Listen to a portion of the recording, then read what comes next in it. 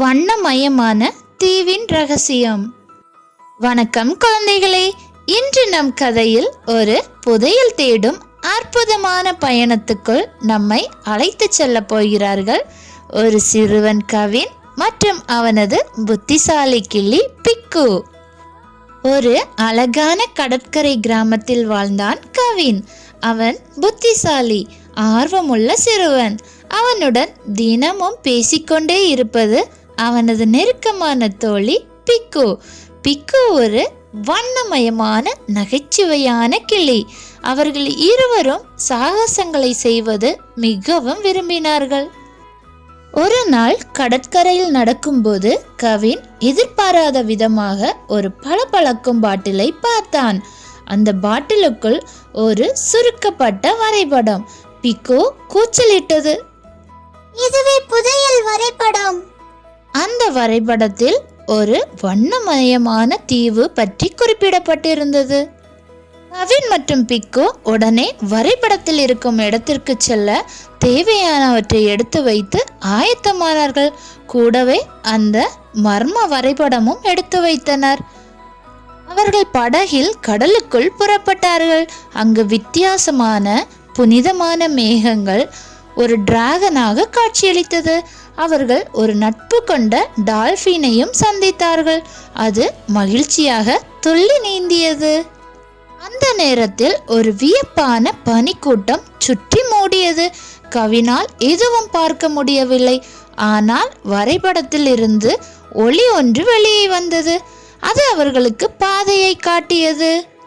அவர்கள் அந்த தீவை அடைந்தனர். ஆனால் நம்பிக்கை இல்லாமல் இருந்தனர். மரங்கள் வண்ணமயமாக இருந்தது. பளபளக்கும் பட்டாம்பூச்சிகள், குளிர வைக்கும் காற்று. இது ஒரு மாயமான தீவு போலவே இருந்தது.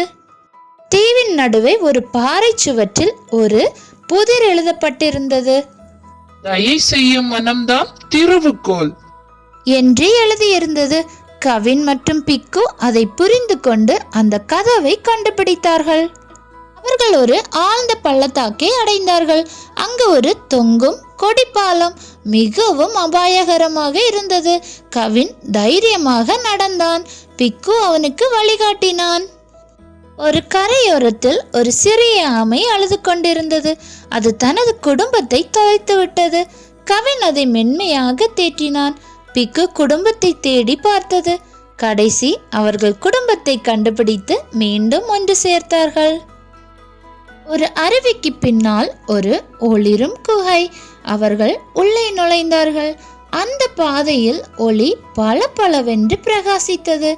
அவர்கள் முடிவில் ஒரு பொலிவான பெட்டியை கண்டார்கள்.